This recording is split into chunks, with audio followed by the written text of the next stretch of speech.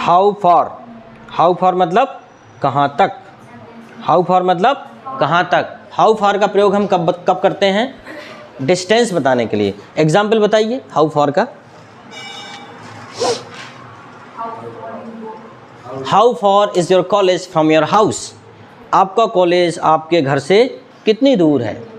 How far do you go to morning walk, आप morning walk कितनी दूर जाते हैं। How far do you go to morning walk, ठीक है।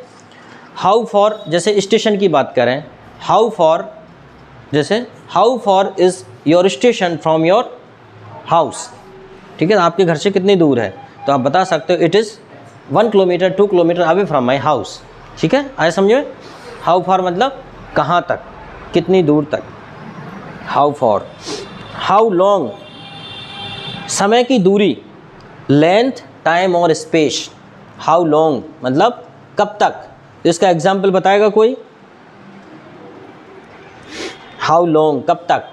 How long will it take to reach Jabalpur? How long Will it take to reach Jabalpur? How long will it take to Reach Jabalpur. Reach Jabalpur, okay. How long will it take to reach Jabalpur, मान लीजिए train की या car की या बस की बात हो रही है कि जबलपुर पहुंचने में कितना समय लेगी, ठीक है। और बताइए how long will you sleep, तुम कब तक सोओगे। How long will you sleep. How long will you study, तुम कब तक पढ़ोगे, कब तक पढ़ोगे, कब तक पढ़ोगे, कब तक पढ़ोगे तुम ऋषभ, कब तक पढ़ोगे। How long will you study, क्या, जब तक आप पढ़ाओगे, और हम पढ़ाना बंद कर देंगे तुम्हारी पढ़ाई बंद हो जाएगी, बस अब जीवन में सब कुछ पा लिया, मोक्ष की प्राप्ति हो गई। अजीब बात है। एक स्टूडेंट से पूछा how long will you study, वो कहता है सर जब तक नौकरी नहीं लगती।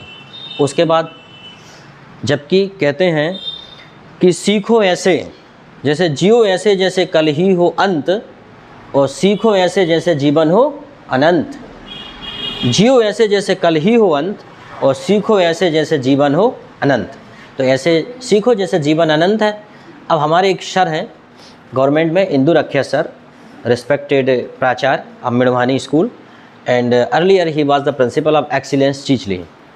तो वह इस उम्र में जब रिटायरमेंट की कगार पे हैं और अभी कहते हैं कि मुझे अंग्रेजी सीखने का बहुत शौक़ है, और वो यूट्यूब पे वीडियो देखते हैं। अब बताइए, the principal whose salary more than lakh rupees and he is learning English, ठीक है, at the time of retirement, at the time of retirement is approaching fast and he is learning English. What's the interest, क्या interest है, क्या शौक़ है, मतलब क्या motivation है, क्या प्रेरणा है। हम लोग तो हमने अभी कुछ नौकरी नहीं कर रहा, उसके बाद हम सीखना नहीं चाहते ना, लेकिन वो इसके बाद भी सीख रहे हैं। मुझे बता रहे थे वो, हम साथ गए थे अभी। तो देखिए आगे है हाउ मैनी, संख्या के लिए जो गिना जा सके, हाउ मैनी। जैसे कि एग्जाम्पल बताइए, how many chairs are there? How many chairs are there, how many cars are there, how many members are there in your family, कितने परिवार में सदस्य हैं आपके, बताओ। How many members are there in your family, there are 5 members in my family. 4 और 5 परिवारों की जो फैमिली है, मतलब 4 और 5 मेंबर की जो फैमिली है वो अच्छी फैमिली मानी जाती है ना।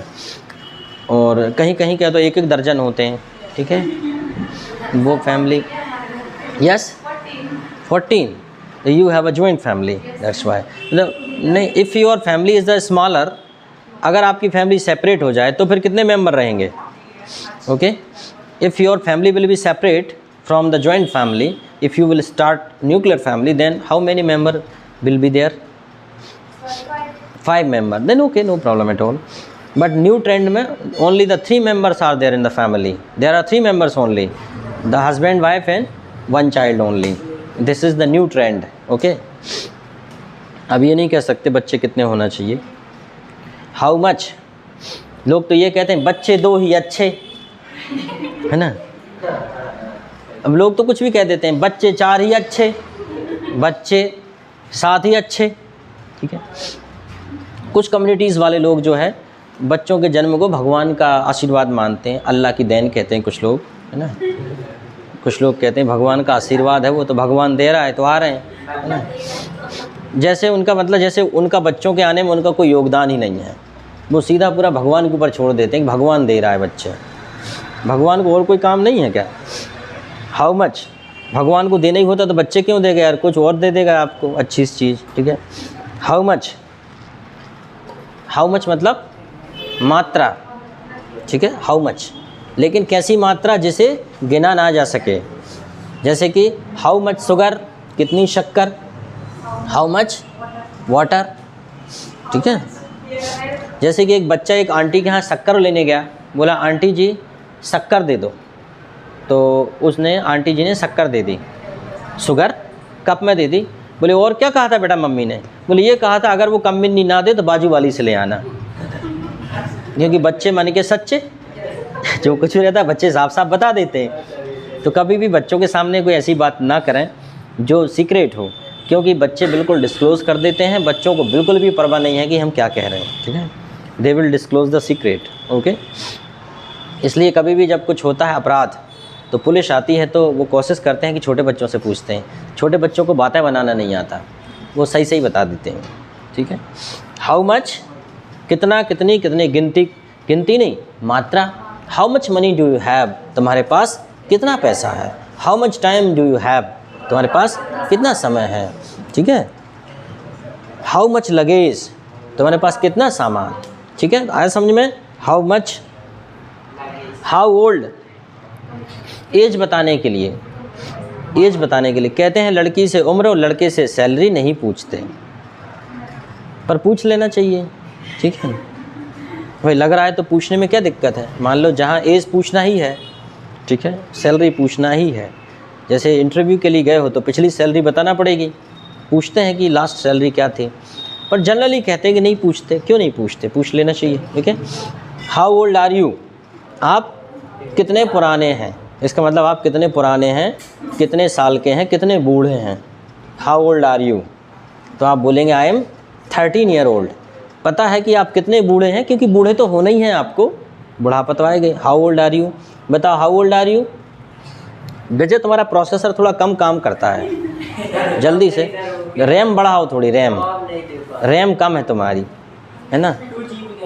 अच्छा किस, मेमोरी तो ठीक है, हार्ड डिस्क बड़ी है ठीक है, लेकिन रैम कम है, रैम बढ़ाओ। जिन जिन लोग जल्दी जवाब नहीं दे पाते ना, जिनकी रैम अच्छी होती है वो लॉजिकल पावर बहुत अच्छी होती है, उनकी कैलकुलेटिंग बुद्धि होती है, तो अपनी रैम अब आप बढ़ा नहीं सकते, बस प्रैक्टिस ही एकमात्र रैम बढ़ाने का तरीका, ठीक है। जैसे कि शरीर की एक्सरसाइज से शरीर मजबूत किया जा सकता है, सेम थिंग दिमाग की एक्सरसाइज से दिमाग मजबूत किया जा सकता है। लोग आप ये सोचते हैं कि इस शरीर को बचा के रख लोगे, काम धाम नहीं करोगे, अच्छा बढ़िया खाओगे तो ज़्यादा दिन तक जियोगे, ऐसा बिल्कुल नहीं है। शरीर के केस में उल्टा है, जितना दिमाग चलाओगे, जितना दिमाग खपाओगे, कल्पना करने में नहीं, कुछ करने में। कल्पना करने में तो करते रहोगे, विचार आते जाते रहेंगे, उतना ज़्यादा दिमाग तेज़ होता चला जाएगा। अगर आज आप कंप्यूटर बनाना सीख गए तो कल आप संभावना है कि सुपर कंप्यूटर भी बना लो। समझ में आया? सेम थिंग ऐसे ही वज़न उठाने के मामले में प्रैक्टिस होती है। अगर आप 10 किलो वज़न उठा लेते हैं, प्रैक्टिस करोगे तो हो सकता है कल 50 किलो भी उठा सको। It's the matter of practice. Body and brain both need practice for perfection. Understand? ठीक। तो हाउ ओल्ड, तुम कितने साल के हो, हाउ ओल्ड आर यू, ठीक है। लेकिन कभी एक चीज़ और बता दूं मैं, जितने आप नए लोगों के साथ रहोगे उतना आप यंग रहोगे, ये भी बात है। जो ऐसी बातें करते हैं, जो लोग थोड़े नए ज़माने की बातें करते हैं, ये भी एक कला है। और अगर आप ज़्यादा सिंसियर रहोगे, गंभीर रहोगे ज़्यादा, तो आप जल्दी बूढ़े हो जाओगे, आपको बूढ़े होने से कोई नहीं रोक सकता। कुछ लोग क्या करते हैं, बहुत ज़्यादा सामाजिक टाइप के होते हैं, शादी विवाह में जाएंगे तो बुज़ुर्गों के बीच में जाके बैठ जाएंगे, उनकी बातें सुनेंगे, ठीक है, वो भी थोड़ा बहुत।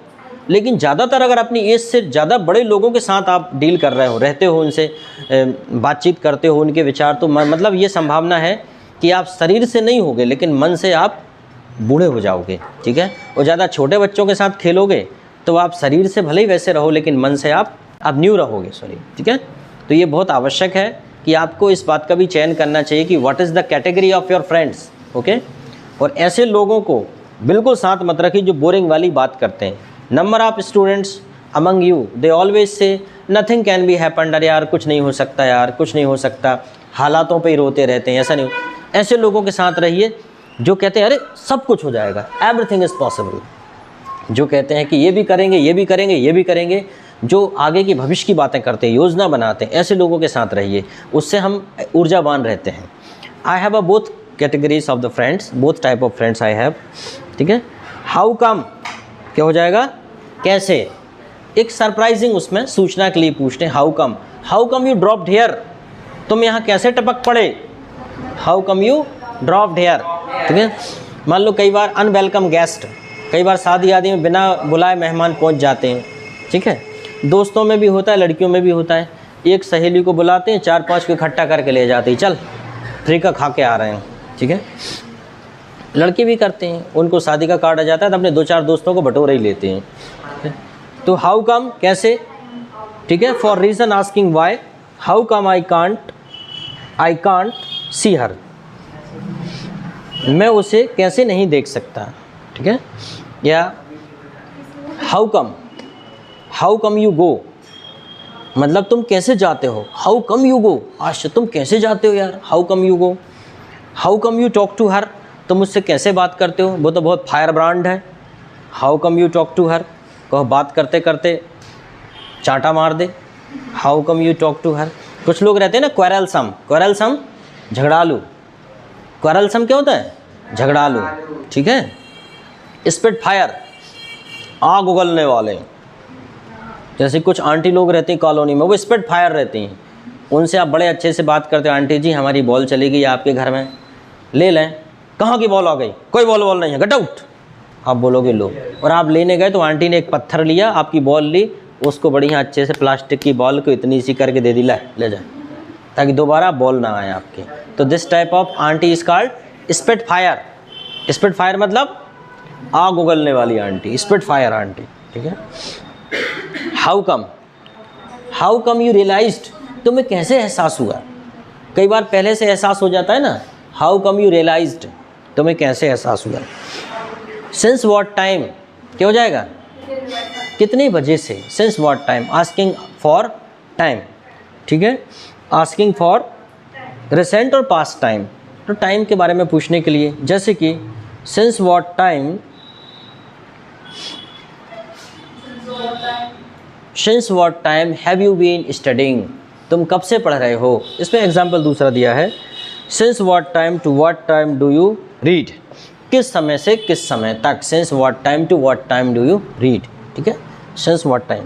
अगला है फ्रॉम वेयर, कहाँ से, आस्किंग फॉर प्लेस, वेयर, ठीक है, फ्रॉम वेयर। जैसे कि कोई एग्जाम्पल बताइए, फ्रॉम